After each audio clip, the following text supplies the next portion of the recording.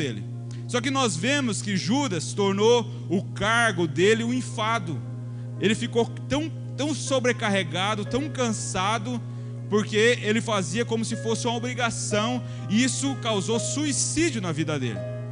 E que eu quero concretizar com você nessa noite, que o cargo gera suicídio espiritual. Quando nós fazemos algo por obrigação, quando nós não estamos fazendo com o nosso coração, nós então estamos enfadados ao suicídio espiritual, e nós estamos a ponto de morrer espiritualmente falando. Judas, apesar de ser discípulo de Jesus, ele não estava amando a Jesus verdadeiramente. Talvez as pessoas viam Judas como um discípulo, as pessoas viam Judas do lado de Jesus, mas o coração de Judas não amava Jesus. E será que o nosso coração tem amado Jesus, a ponto de fazer as coisas para Deus de todo o nosso coração, comprometidos com o Rei de Deus, além de ser compromissados, comprometidos para que o reino de Deus cresça e expanda aqui em Carapó? Mas pastor, o que é uma pessoa comprometida então? Uma pessoa comprometida é alguém que tem obrigações a ser cumpridas. Eu quero que você entenda isso nessa noite, amém? Uma pessoa comprometida é alguém que tem obrigações a ser cumpridas, como num contrato. Quando você celebra um contrato com alguém, e o contrato é um acordo que você faz entre duas pessoas, ou mais, Mas um compromisso é uma promessa de ter um trato a ser cumprido. Por exemplo, mas pastor, que compromisso eu tenho então com Deus? Qual que é o compromisso que eu preciso ter com Deus? A Bíblia nos revela, Jesus vai dizer para nós que nós temos alguns compromissos. Fala para o teu irmão, você precisa ser compromissado e comprometido, amém? Nós precisamos, além de ser compromissados, nós também precisamos ser comprometidos com o Reino de Deus. E nós temos alguns compromissos. Sabe, gente, o sal, ele não dá sabor dentro do saleiro. A luz dentro de uma caixa, ela não clareia o ambiente. Assim somos nós. Nós aqui dentro do templo, dessas quatro paredes, a gente não faz a diferença, sabe? Porque a gente precisa fazer a diferença lá fora. Nós somos o sal da terra e a luz do mundo. Então alguém compromissado, comprometido com o reino de Deus, essa pessoa também é a luz do mundo. Essa pessoa também compartilha aquilo que Deus deu para ela com o próximo. Ou seja, eu sou tão cheio de Deus, tão cheio do agir de Deus na minha vida, tão cheio da graça de Deus, que eu desejo compartilhar com as pessoas que estão à minha volta aquilo que Deus tem feito na minha vida. E eu começo então a me motivar em Deus, sabe? Porque alguém comprometido com Deus espalha o bom perfume de Cristo. Sabe, gente, nós precisamos espalhar o bom perfume de Cristo. Deus nos deu um perfume, sabe? Eu não sei se você já sentiu o perfume de uma rosa, por exemplo, uma flor muito cheirosa, Ela perfuma o ambiente, sabe? Isso traz um diferencial. E a Bíblia vai dizer que nós somos o perfume, o bom perfume de Cristo. Nós temos essa essência dentro de nós, e nós precisamos exalar Jesus para as pessoas que estão à nossa volta, amém? Porque alguém compromissado e comprometido com o reino de Deus, ele é o bom perfume de Cristo. Ele faz a diferença por onde vai, amém, queridos? Estão me entendendo? E além disso, há alguns compromissos individuais. Isso é, aqueles que foram feitos em momentos difíceis. Talvez você já fez algum compromisso individual com Deus. Por exemplo, Senhor, se o Senhor me curar, eu serei fiel ao Senhor até a morte. Ah não, Deus, se o Senhor me abençoar, curando a minha esposa, curando meu filho, curando lá o meu esposo, o meu parente, o meu vizinho, eu nunca vou te deixar.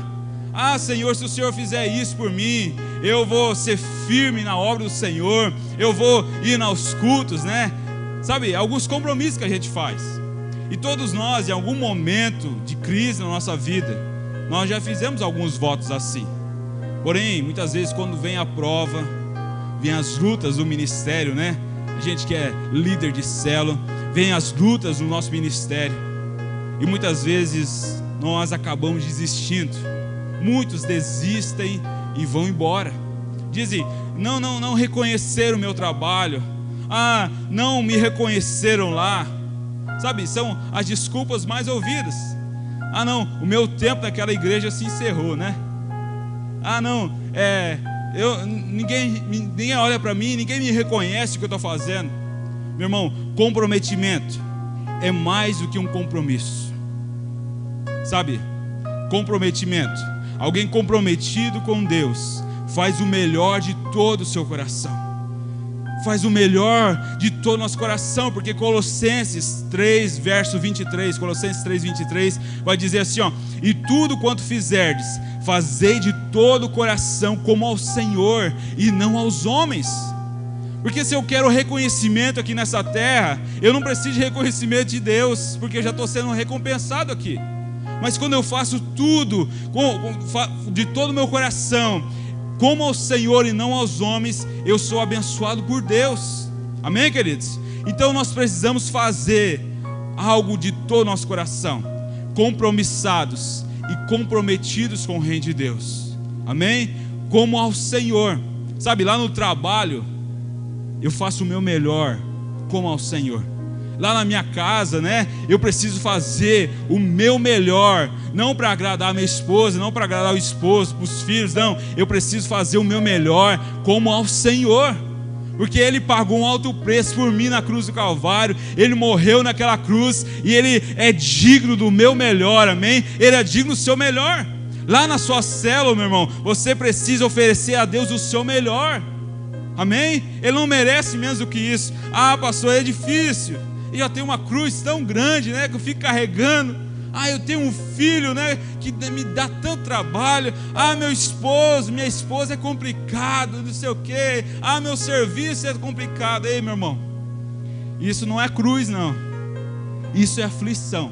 Sabe, Jesus disse que no mundo nós teríamos aflição, mas tem de bom ânimo, disse Jesus, eu venci o mundo. E a cruz, gente, é tudo que nós suportamos por amor ao Evangelho, pela causa de Cristo. É tudo que a gente suporta por amor ao Evangelho de Cristo Jesus. Sabe, se estivesse te perseguindo porque você é um cristão, isso é cruz.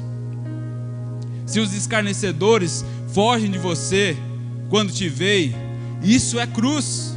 Se você sofreu ameaça de morte por pregar o Evangelho, se o seu vizinho chamou a polícia porque você estava orando alto lá, isso sim é cruz. Agora, se você está chorando pelas almas perdidas, então você está carregando a sua cruz. E a Bíblia diz que nós precisamos carregar a nossa cruz e ir após Jesus. Estão me entendendo? Amém, queridos? Pastor, a minha cruz está pesada demais. O meu futuro, né? Tem gente que pensa assim, será que o governo vai confiscar minha poupança, né? Como fez lá no governo do Collor? Será que vai acontecer isso? Digamos que isso é uma preocupação privilegiada, né? Porque tem gente que nem poupança tem, né? Que nem eu, nem poupança tem. Então, se eu não tenho nada, é porque eu não preciso ter preocupação com nada. E por isso que Jesus disse, quem quiser vir após mim, tem que renunciar, tem que desapegar das coisas desse mundo. Você não pode ser discípulo de Cristo se não se desapegar das coisas materiais. Amém? Muita gente não consegue fazer isso. Então, acabamos ficando apegados demais a este mundo. Pior que cola de contato, né? Não sei se você já viu aquela cola de contato. Pior que quando você pisa num chiclete assim no chão e aquele chiclete fica grudando.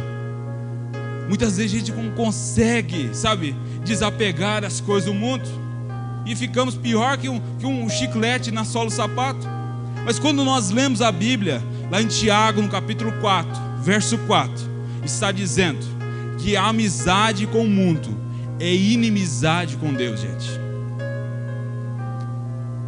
Gente infiel, vocês não sabem que a amizade do mundo é inimizade contra Deus?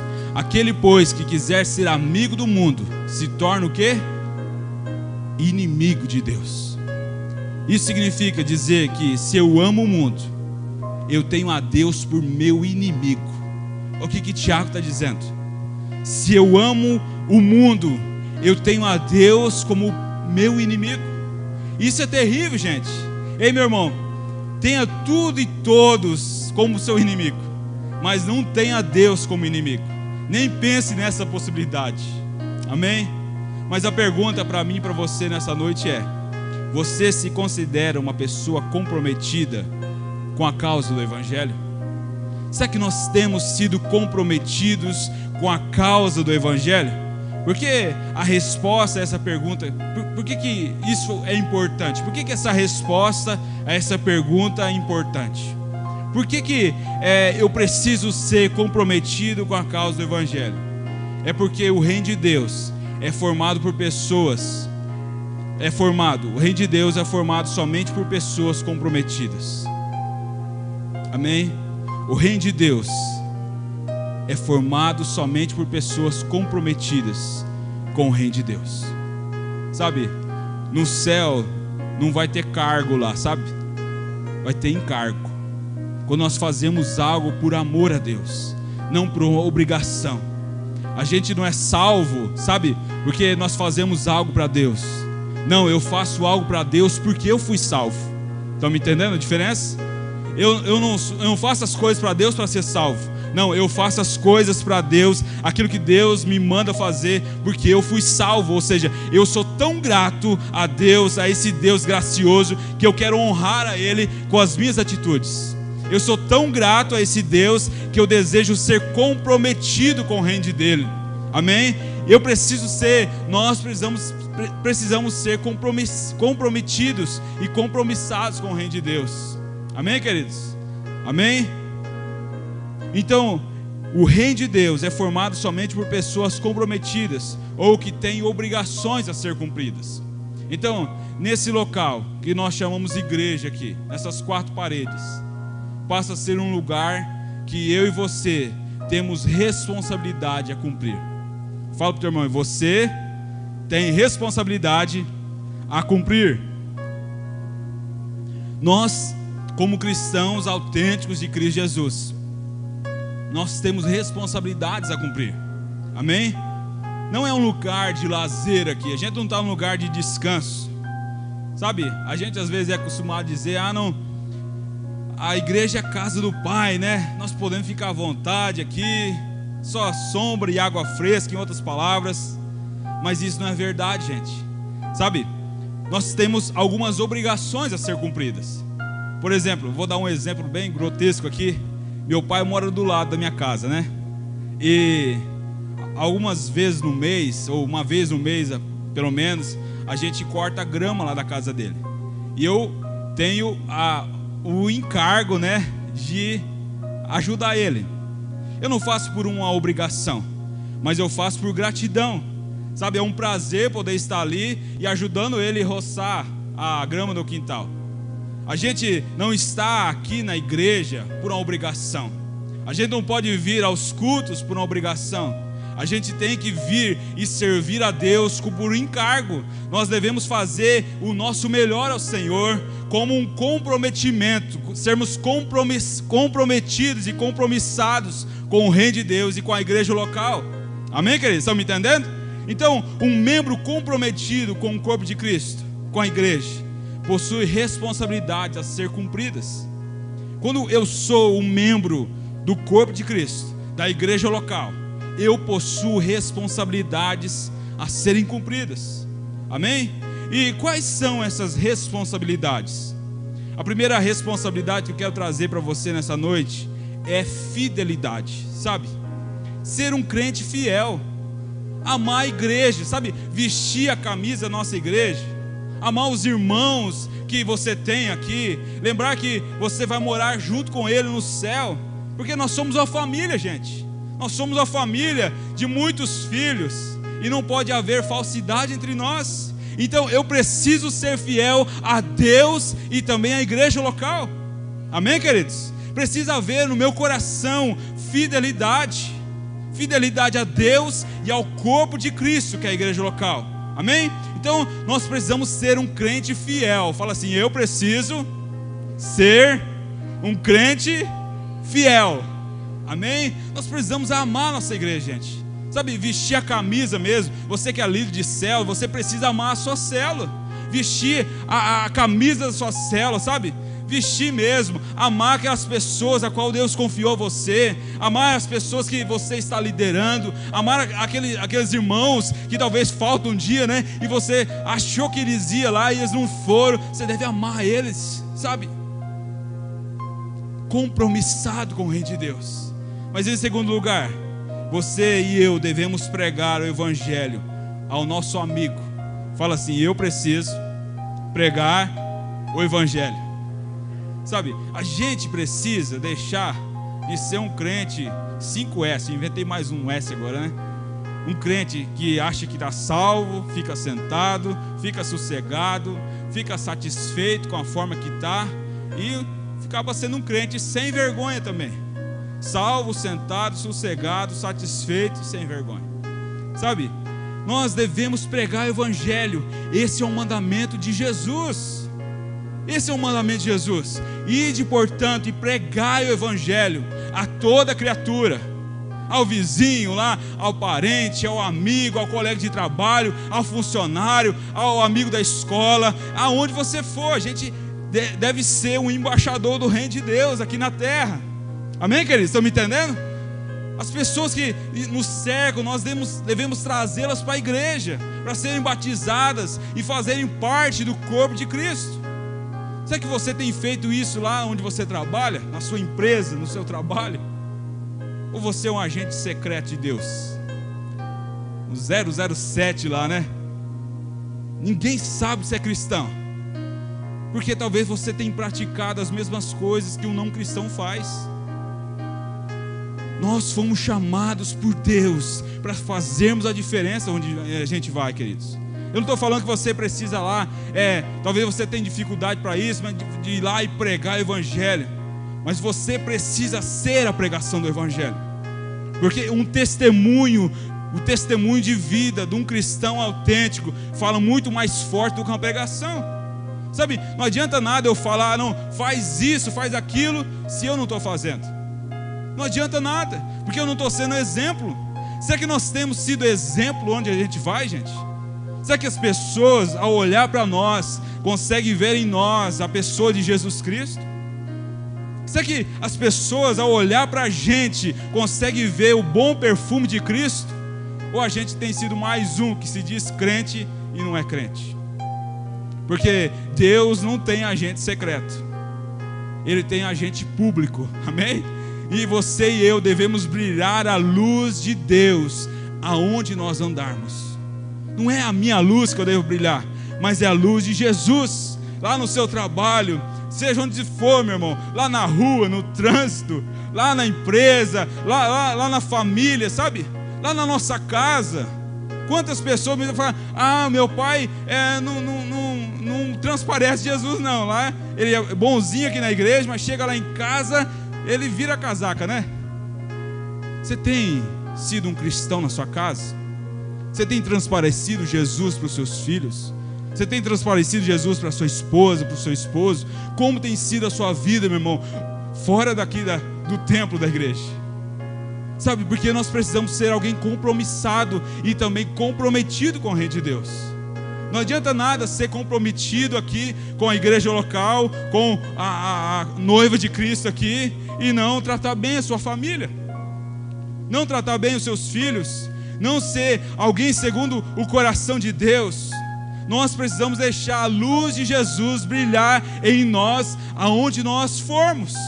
Lá no trabalho, lá em casa, seja onde for, fale de Jesus Cristo, seja um exemplo de Jesus lá onde você for. Sabe, a gente anda em nome de Jesus. Você sabe o que é andar em nome de Jesus? Essa palavra em nome de Jesus não é um jargão gospel ou uma macumbinha gospel, que você fala assim no final da frase, no nome de Jesus. Não, meu irmão, essa palavra em nome de Jesus significa que eu e você estamos naquele lugar, sabe? Deus está lá no céu cuidando do universo e Ele mandou eu aqui para representar Ele nessa terra. Então nós somos representantes de Jesus aqui. Então, em nome de Jesus, nós precisamos andar em santidade, retidão e transparecer Jesus para as pessoas que estão à nossa volta. Amém? Então, a igreja local é um lugar onde se reúnem os discípulos de Cristo para adorar a Deus, para orar ao Senhor e também para crescer espiritualmente falando. Sabe, esse ano de 2021 é o ano do crescimento. E a gente precisa crescer, amém, queridos? Crescer na graça, no conhecimento e também praticar a comunhão com os nossos irmãos. Quando nós lemos essa parábola que Jesus, ele conta nesse texto que a gente leu, nós vemos retratada a forma tão lúcida de quais são as responsabilidades do reino. E a gente vai falar um pouco sobre a contextualização da mensagem do Evangelho. Eu quero contextualizar nessa noite. E contextualização é trazer uma mensagem adequada aos dias atuais, numa linguagem compreensível. Então, sem abrir mão dos princípios éticos que regem a palavra de Deus. E hoje em dia, a contextualização muitas vezes tem sido entendida de forma errada. E parte do princípio de que a igreja não pode ser tão diferente assim das coisas do mundo. Senão as pessoas não vão se interessar por a igreja, né? E muitos têm pregado que a igreja deveria ser o lugar onde as pessoas do mundo que não conhecem Jesus ainda entrassem e se sentissem bem. Mas isso não é evangelho, gente. Isso não é cristianismo. Porque se você analisar a primeira mensagem que Jesus pregou, ele disse: arrependei-vos. Arrependimento é mudança de vida. Então nós não podemos nos parecer com o mundo. Nós não podemos. Nós precisamos ser diferente. Ou seja, alguém que vem no templo, na igreja de Jesus, ela precisa ser transformada pela renovação do Evangelho de Jesus. Amém? Estão me entendendo? Então, nós não podemos ser, ou melhor, trazer o mundo para dentro da igreja. E muitos têm pregado isso, que as pessoas do mundo que não conhecem Jesus ainda devem entrar na igreja e se sentir bem. Mas isso não é verdade. Sabe, contextualização passa a ser talvez um adjetivo de qualificação. Eu já vi na internet uma vez uma propaganda de uma igreja lá no site assim: igreja tal, uma igreja contextualizada. E se a gente olhar, queridos, mais de 80% da população hoje do Brasil, mais de 80% dos brasileiros se declaram cristãos. Entre evangélicos e católicos, eles se declaram professar o cristianismo. Mas quantos realmente são comprometidos com Deus e com a sua causa? Quantos realmente são comprometidos com Deus e com a sua causa? Sabe, grande parte das pessoas que frequentam as igrejas estão totalmente comprometidas com o mundo. Praticam sexo fora do casamento. Praticam sexo no namoro, né? E hoje a pessoa nem está namorando e acaba cometendo lá sexo. Assistem filmes pornográficos, bebem, não, o que tem um golinho só? Não faz mal não. O que tem fumar? Participar de uma festa, de um baile lá, bebedeiras? Não, gente. Ah, pastor, a igreja não pode ser tão diferente assim do mundo não, senão vai ficar muito quadrado as coisas, senão as pessoas não vão vir para a igreja. Esse pensamento está errado, meu irmão. Porque o que diferencia a igreja do mundo é o fato da igreja aborrecer o mundo. Isso é o que diferencia a igreja do mundo. E nós, como igreja, a Bíblia diz que nós somos a noiva de Cristo. Então você é a igreja não é esse templo, essas quatro paredes, mas eu e você somos a igreja de Jesus. Amém? Estão me entendendo? Então, se nós somos a igreja de Cristo Jesus, o corpo de Cristo, será que nós temos aborrecido o mundo, melhor dizendo? Será que nós temos aborrecido o mundo? Ou estamos talvez de lado a lado com o mundo, de braços dados? A gente não pode, nós não aborrecemos este mundo, porque nós aborrecemos esse mundo, porque ele não faz parte de nós. Fala para o teu irmão aí, nós aborrecemos o mundo, porque ele não faz parte de nós. Amém? Nós precisamos aborrecer o mundo, porque o mundo não pode fazer parte da gente. E será que o mundo tem feito tanta parte de nós que a gente ficou sem jeito, né, de deixar as coisas do mundo? Porque Jesus diz em João 15, verso 18. Olha o que diz lá esse texto, João 15, 18. Se o mundo odeia vocês, saibam que antes de odiar a vocês, odiou a mim. Olha o que Jesus está dizendo. Agora em 1 João 3,13. Irmãos, não se admirem se o mundo odeia vocês. Sabe, Jesus está dizendo em João 15,18: se o mundo odeia vocês, saibam que antes de odiar vocês, odiou a mim. 1 João 3,13 vai dizer: irmãos, não se admirem se o mundo odiarem vocês. Então, queridos, como está o termômetro da nossa vida, sabe? Hoje é tempo da gente começar a colocar um termômetro em nós mesmos, né? Como está o meu termômetro como cristão? Como está o seu nível do aborrecimento do mundo? Você aborrece esse mundo ou você ama esse mundo? Como está a sua vida com Deus? Sabe? Nós aborrecemos esse mundo porque ele não faz parte de nós. Nós precisamos aborrecer o mundo, porque o mundo não pode fazer parte da gente. Agora, o texto que a gente leu no início, quando Jesus vai contar essa parábola que a gente leu, ele vai contar essa parábola e ele está numa casa de um principal fariseu da época. O principal fariseu da época, ele convida Jesus para um banquete, para uma festa, para um jantar, né? Talvez algo fino, né? Afinal, ele está na casa de um fariseu, um principal fariseu da época. E Jesus foi convidado para estar ali. E Jesus foi. E ele foi lá e contou essa parábola que a gente leu.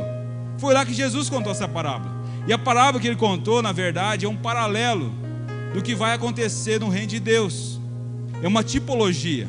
Eu quero pensar com você a respeito disso, amém? Eu quero trazer algumas lições, algumas simbologias para você hoje. Então, Jesus, ele vai contar essa parábola de Lucas 14, verso 16 a seguir, que a gente leu, dizendo que um homem, ele deu um grande banquete e convidou a muitos. Muitos foram convidados para esse banquete. Essa parábola que Jesus está contando. E na hora da ceia, na hora do jantar, né? Na hora da ceia que havia sido preparada por esse homem gracioso, por esse homem bondoso, que chamou as pessoas para estarem lá na casa dele, comemorando lá a festa, naquele banquete. Na hora da ceia, esse homem então envia um servo para avisar os convidados, dizendo: venham todo mundo aqui, todos vocês que foram convidados, vêm, porque está tudo pronto, está tudo preparado, já está tudo servido aqui, é só chegar, né? Venham, porque está tudo certo. E o que a gente aprende, queridos, nessa parábola que Jesus conta? Em primeiro lugar, a ceia representa o dia da ressurreição. Fala comigo, dia da ressurreição. E o dia da ressurreição deve ser bendita, deve ser a bendita esperança da igreja. Amém, queridos? O dia da ressurreição deve ser a bendita esperança da igreja. E Jesus está falando aqui que a ceia será realizada. Amém? Será realizada. E é uma tipologia. Jesus está falando aqui da ceia que será realizada lá na glória celestial, na glória futura, nos céus, quando Cristo vier buscar a sua igreja para o reino celestial. E essa parábola é sobre algo que ocorrerá no reinado de Cristo no mundo vindouro. Não é para esse mundo. Nós precisamos entender que a grande esperança da igreja não é ganhar dinheiro, gente.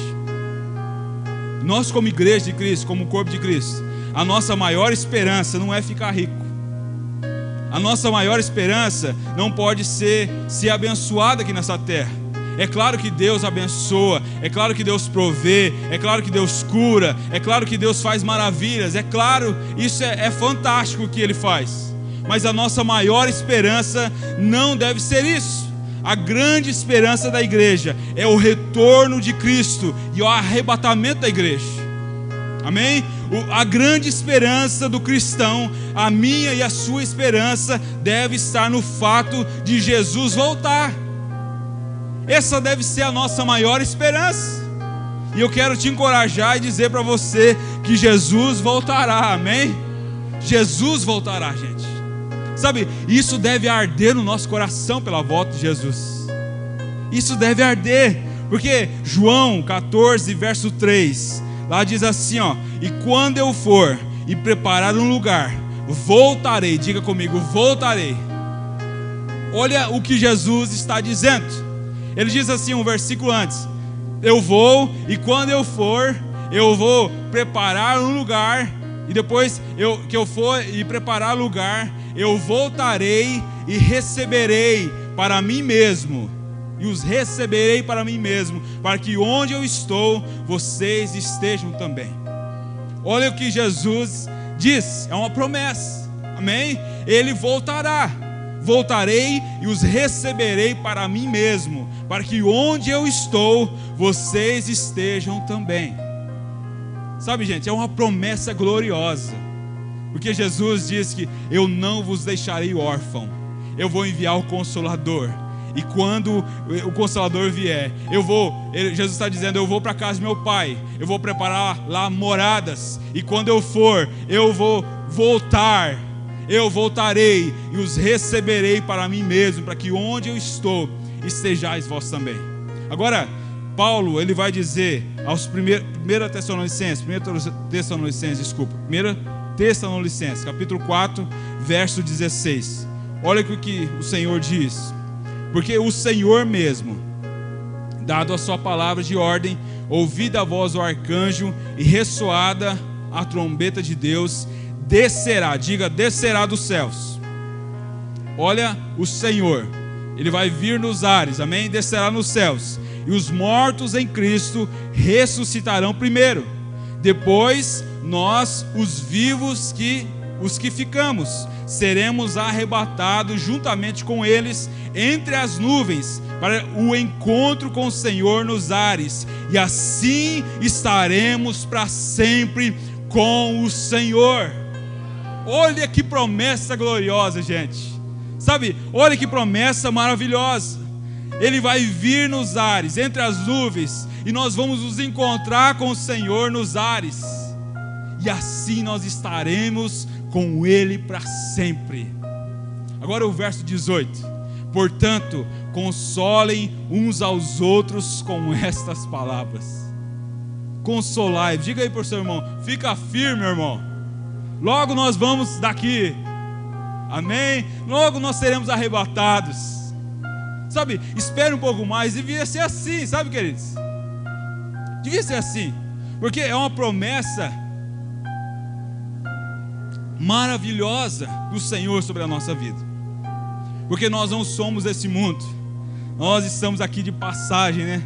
Tem até um louvor que meu pai citou uma vez, um louvor muito lindo, conta a história como se fosse, nós estamos no ponto lá para pegar o trem, e o trem está passando, e o trem vai para o céu, sabe?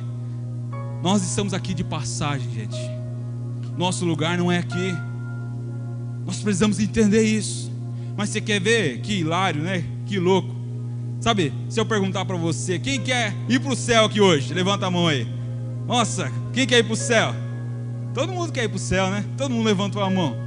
Mas se eu perguntasse para você, quem quer ir agora, nesse momento? Talvez poucos, né? Levantariam a mão. Sabe? Não é um paradoxo, gente? Porque muitas vezes nós dizemos que amamos a Deus, que amamos Jesus, que amamos as coisas de Deus, que queremos ir para o céu, que queremos ter um relacionamento com Deus, mas a gente não quer estar com Ele. Amamos a Deus, mas não queremos ser tirados desse mundo. Quem nós temos amado de verdade? Sabe? Ah não, se Jesus voltar, né, vai estragar os meus planos. Ah, se Jesus voltar, vai estragar aquilo que eu estou planejando. Ah, Senhor, demora um pouquinho mais. Jesus, por favor, deixa só render lá na conta, né, na poupança, os juros desse mês de março. Deixa eu concluir, Jesus, a minha faculdade. Jesus, deixa eu trocar de carro primeiro. Ah não, Jesus, deixa eu comprar uma casa, né? É o sonho da minha vida comprar uma casa. Ah, Jesus, deixa eu casar primeiro. Volta agora não, Jesus. Queridos, nós não podemos ser assim, porque o nosso coração tem que se voltar para a casa do Pai. O nosso coração precisa dizer: Maranata, hora vem, Senhor Jesus. Filipenses capítulo 1, verso 21 vai dizer assim, ó, Paulo vai dizer: porque para mim o viver é Cristo e o morrer é lucro. O viver é Cristo e o morrer é lucro. Sabe, gente, João 14, verso 2, Jesus vai dizer: na casa de meu Pai há muitas moradas. Se não fosse assim, eu já lhes teria dito, pois vou preparar um lugar para vocês. E quando eu for e preparar um lugar, voltarei e os receberei para mim mesmo, para que onde eu estou, estejais vós também. Na casa de meu Pai, Jesus está dizendo, há muitas moradas. Há muitas moradas. Se não fosse assim, eu não teria dito, porque eu vou preparar-vos lugar. E quando eu for e vos preparar lugar, eu voltarei para mim mesmo e receberei vocês para mim mesmo, para que onde eu estou, estejais vós também. Sabe, o nosso coração, gente, precisa ansiar pela volta de Jesus. O nosso coração precisa desejar estar com Ele. Será que o nosso coração tem desejado estar com Cristo? Ou será que o nosso coração tem desejado mais ganhar dinheiro? Tem desejado mais a esposa, os filhos? Desejado mais uma casa própria, um carro? Como está o nosso coração, gente? Nosso coração precisa ansiar pela volta de Jesus. O nosso coração precisa desejar estar com Ele, ter comunhão com Ele, ter comprometimento com o reino e com a graça de Jesus, porque nós somos a noiva de Cristo e nós precisamos ansiar por esse casamento. Você já viu uma noiva, né, que está noiva, mas não anseia pelo casamento? Não quer casar? Muitas vezes nós somos assim. E a Bíblia diz que nós somos a noiva de Cristo. E uma noiva precisa ansiar por esse casamento. Nós somos a noiva de Cristo.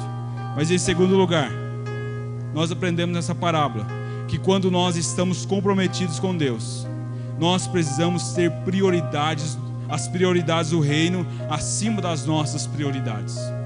Fala assim: eu preciso ter as prioridades do reino de Deus acima das minhas.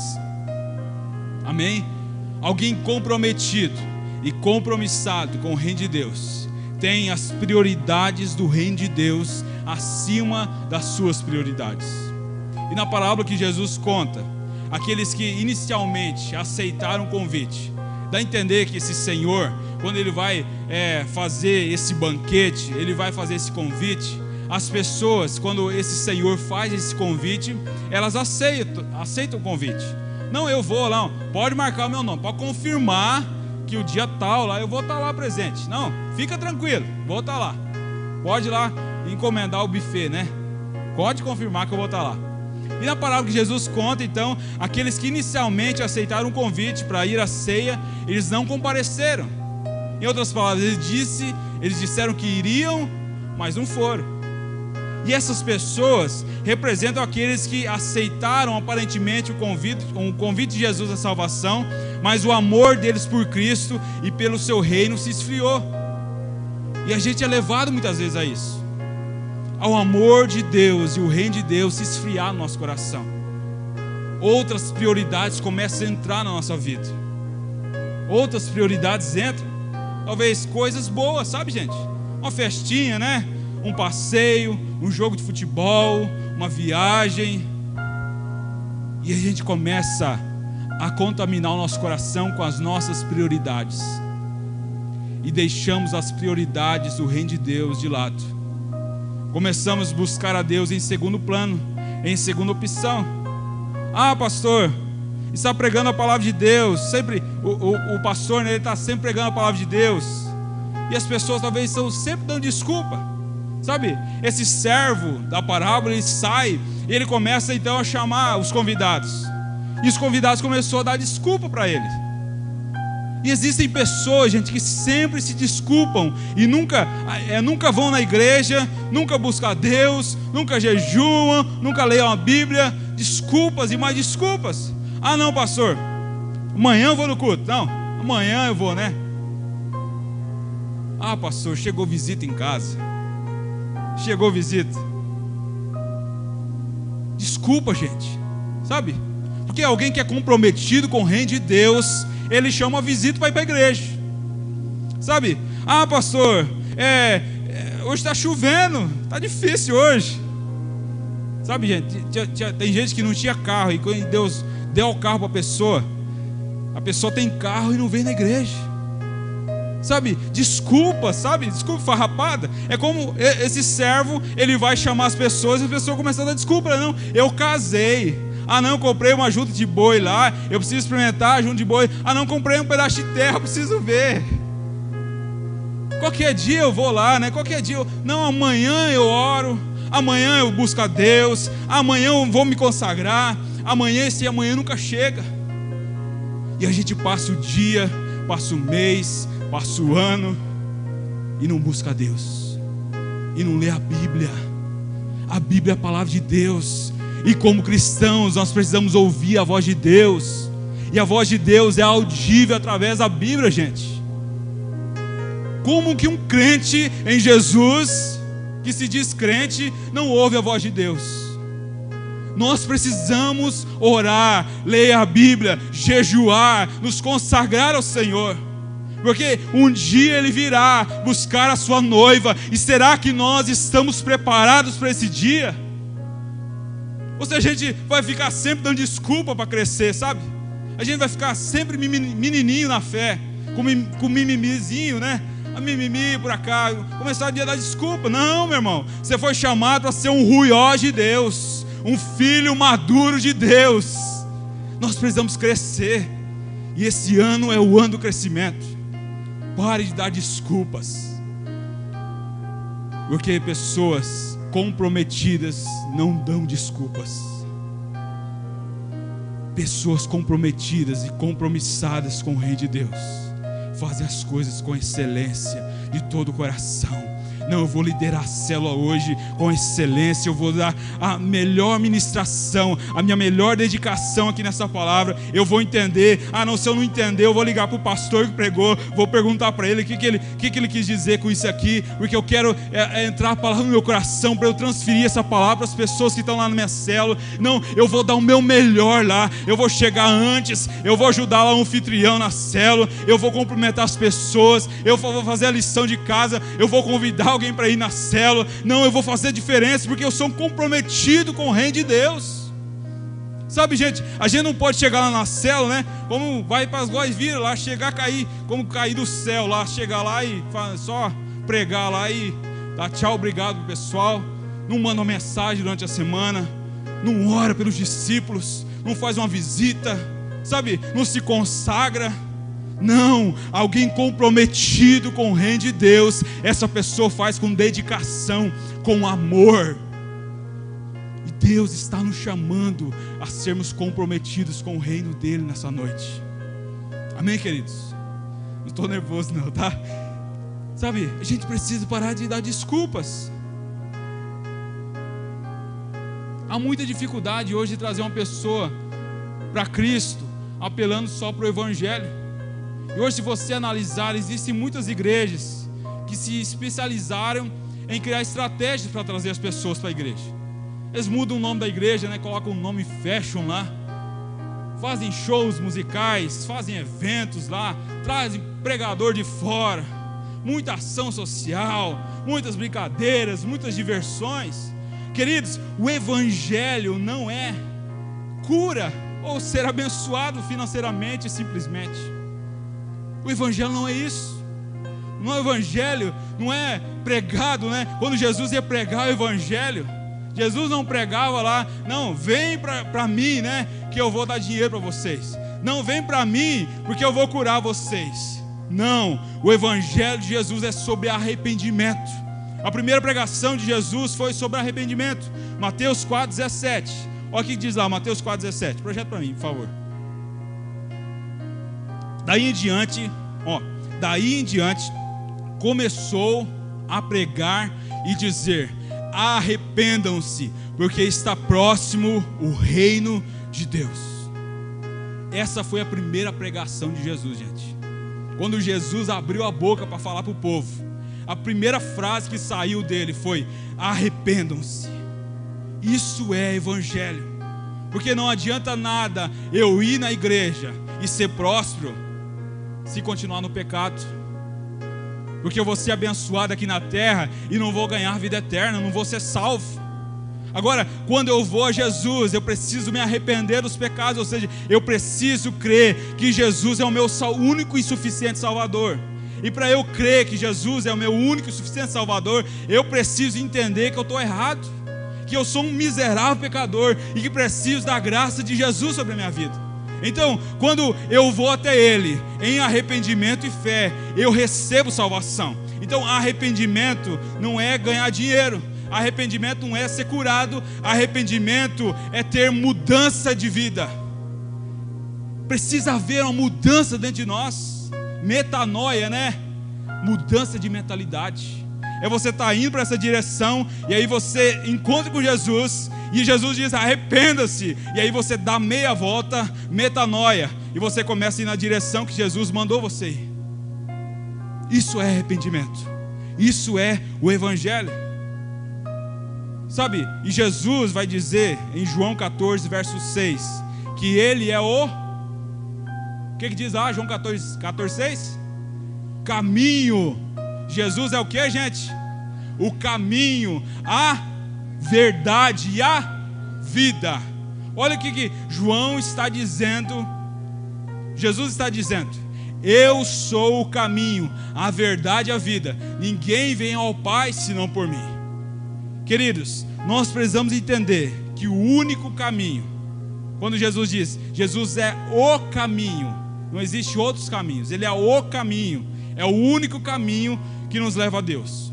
Mas nós precisamos entender, nós precisamos entender que esse caminho é estreito. Fala comigo, esse caminho é estreito.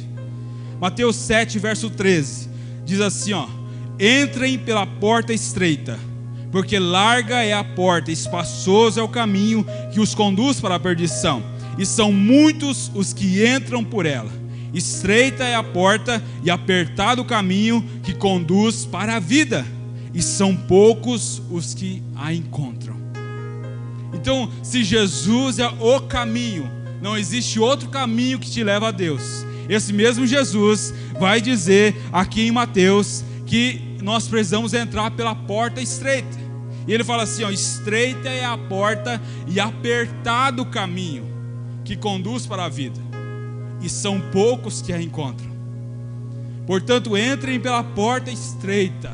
Olha o que Jesus está falando. Ei, meu irmão, entra pela porta estreita. Você já tentou entrar numa porta estreita? Porta estreitinha, né? Você entra de lado, sabe? Não dá para passar de frente, você tem que passar de lado. Se você for gordinho assim, né? Você tem que murchar a barriga assim, passar de ladinho assim, porque a porta é estreita. Deve correr até a barriga. E é difícil entrar pela porta estreita. É difícil andar por um caminho apertado. Não sei se você, quando você foi viajar uma vez, quando a gente vai para o sul ali, lá tem um caminho, e o caminho é estreitinho, sabe? Passa dois carros assim, um tem que parar e o outro tem que parar para passar. Como se fosse uma estrada vicinal, né? Você está lá e caminha tão apertado que não passa dois carros um do lado do outro. Jesus está dizendo que o caminho é apertado, mas é essa porta e é esse caminho que te conduz à salvação e à vida eterna. Esse caminho que nós devemos andar. Mas em terceiro lugar, os valores do reino de Deus devem ultrapassar e excederem muito os nossos. Os valores de Deus devem exceder em muito os nossos. Caso contrário, nós não entraremos no reino de Deus. Porque para aqueles homens da parábola, casar era mais importante, ver uma junta de bois era mais importante, ir para o campo era mais importante, Ir trabalhar é o mais importante. Experimentar bois, fazer outras coisas era o mais importante. Sabe, trazendo para o nosso dia, ver televisão talvez é mais importante do que ler a Bíblia. Mexer no celular talvez é mais importante do que orar. E a gente começa a dar desculpas, né? Ah, Deus, eu não tenho tempo, Senhor, minha agenda, né? Meu irmão, quero te encorajar, dizer para você que o tempo é você que faz. O tempo é a gente que faz. Mas a Bíblia diz, Jesus vai dizer em Mateus 6,33: mas busquem primeiro o reino de Deus. Mas busquem em primeiro lugar o reino de Deus e a sua justiça, e todas essas coisas vos serão acrescentadas. Sabe, às vezes a gente fica fazendo o contrário. Numa linguagem mais contextualizada, nós podemos reescrever esse versículo e dizer assim, ó: priorize as coisas de Deus e deixe Ele cuidar das suas. Ó, o que Jesus quer dizer: priorize as coisas de Deus, coloque em primeiro lugar o reino de Deus e deixe Ele cuidar das suas coisas. Mas a maioria de nós fazemos o contrário. A gente prioriza as nossas coisas e deixamos em segundo plano as coisas de Deus.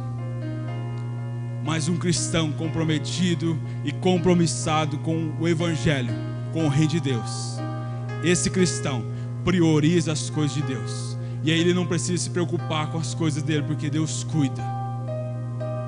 Buscai, pois, em primeiro lugar o seu reino e a sua justiça, e todas essas coisas vos serão acrescentadas. Muitas vezes nós temos priorizado as nossas coisas e colocamos Deus em segundo plano. Mas o objetivo hoje, meu querido, o meu objetivo hoje, que Deus colocou no meu coração, é que você saia daqui um crente comprometido e compromissado com a obra de Deus, comprometido com as coisas de Deus, comprometido com o reino de Deus, e que você busque a Deus de todo o seu coração. Por favor, abrace essa causa de todo o seu coração a partir de hoje, sabe? Abrace a causa da igreja de Cristo, abrace a sua célula, vista a camisa, seja alguém comprometido e compromissado com o reino de Deus, porque a igreja depende de você, meu irmão, sabe? Ei, líder, membro da célula, visitante da célula que está aqui hoje, ou que me assiste, a célula depende de você, gente. A célula depende do seu amor, do seu compromisso, do seu comprometimento com o reino de Deus. Eu preciso ligar para a pessoa, né? Ô fulano, estou ligando para você para te fazer um convite especial hoje. Rapaz, hoje a gente tem célula, e a célula é uma bênção, e eu gostaria muito que você viesse, sabe? Demonstrar um amor de Deus para a vida da pessoa. Eu gostaria muito que você viesse hoje. Liga para a pessoa, sabe? Manda uma mensagem, ou vai lá visitar ela, de máscara, né? Põe um álcool em gel, chega lá: ô meu querido, gostaria muito que você fosse na célula hoje. Sabe, meu irmão? Demonstra o amor de Deus, demonstra o seu compromisso com a obra de Deus, o seu comprometimento. Visita uma pessoa, ore por alguém, sabe? Ligue para essa pessoa, põe alguém diante de Deus em oração, e não descanse até Deus dar a vitória para aquela pessoa, até Deus alcançar aquela pessoa com a graça dele. Começa a mudar a partir de agora, não é a partir de amanhã. Começa a mudar a partir de agora, porque somente assim nós poderemos ser verdadeiros discípulos de Jesus. Nós precisamos ser discípulos de Jesus, gente. A criação aguarda a manifestação dos filhos maduros de Deus. A criação aguarda em ardente expectativa, a Bíblia vai dizer, a manifestação dos filhos maduros de Deus. Nós precisamos crescer neste ano 2021. Não estou falando de crescimento financeiro simplesmente, ou em quantidade de números de pessoas. Nós precisamos crescer na graça e no conhecimento de quem Deus é nas nossas vidas. Eu gostaria que vocês se colocassem em pé, por favor.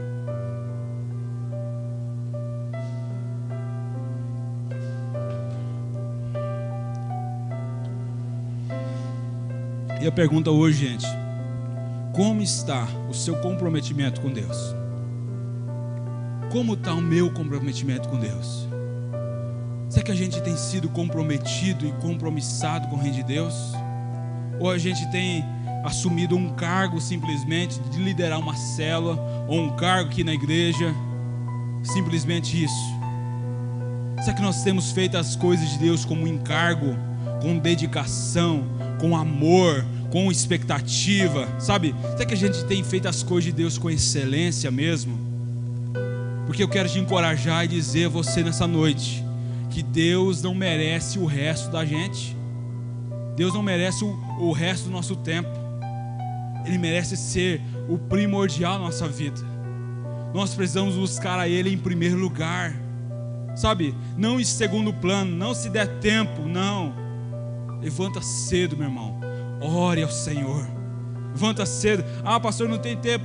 Não tem tempo durante o dia, não. Levanta uma hora mais cedo. Lê a Bíblia, sabe? Ora, busca a Deus. Deus vai falar com você. Você vai ser renovado pelo Espírito Santo através da palavra de Deus. Deus vai ministrar no seu coração e vai gerar força na sua vida. Você vai se tornar um filho maduro de Deus e vai ajudar as pessoas que estão à sua volta. Não tem como você ajudar ninguém se você não estiver cheio de Deus. Não tem como você fazer a diferença por onde você vai se você não estiver cheio de Deus.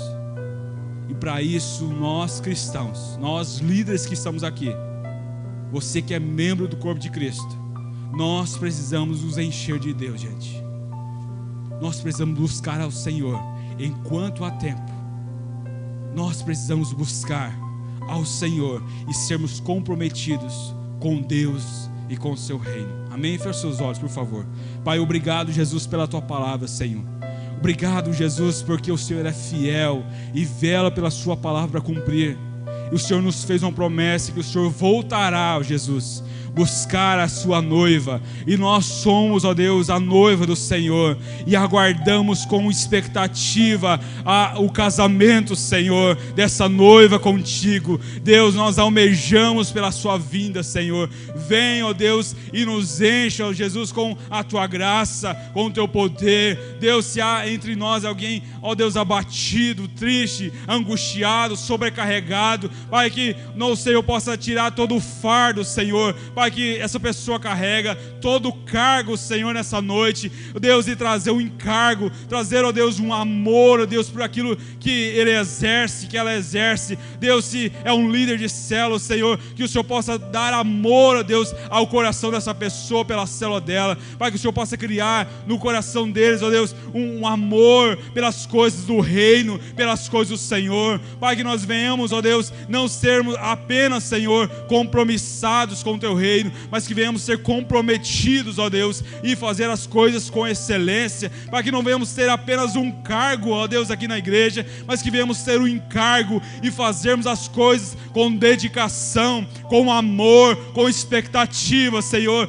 Pai, dependendo totalmente do Senhor, para que venhamos te buscar, ó Deus, de todo o nosso coração, que venhamos ansiar, ó Deus, pela tua vinda, que o Senhor possa nos visitar, ó Deus, com poder e graça, e que possamos, Senhor, crescer nessa noite, na graça e no conhecimento do Senhor, Pai, que possamos ser comprometidos contigo, comprometidos, ó Deus, com a tua igreja local, comprometidos com a célula, Senhor, e também comprometidos com a família a qual o Senhor nos deu, que venhamos transparecer Jesus, ó Deus, para as pessoas que estiverem à nossa volta, que venhamos ser, ó Deus, o sal da terra e a luz do mundo por onde nós formos, ó Deus, Pai, que nós venhamos, ó Deus, aborrecer o mundo e as práticas pecaminosas e venhamos nos parecer contigo, ó Deus, Pai, que venhamos ser embaixadores dos céus aqui na terra, a ponto das pessoas olharem para nós e ver Jesus em nós, que a tua luz, ó Deus, possa brilhar na nossa vida e que possamos ser líderes de excelência,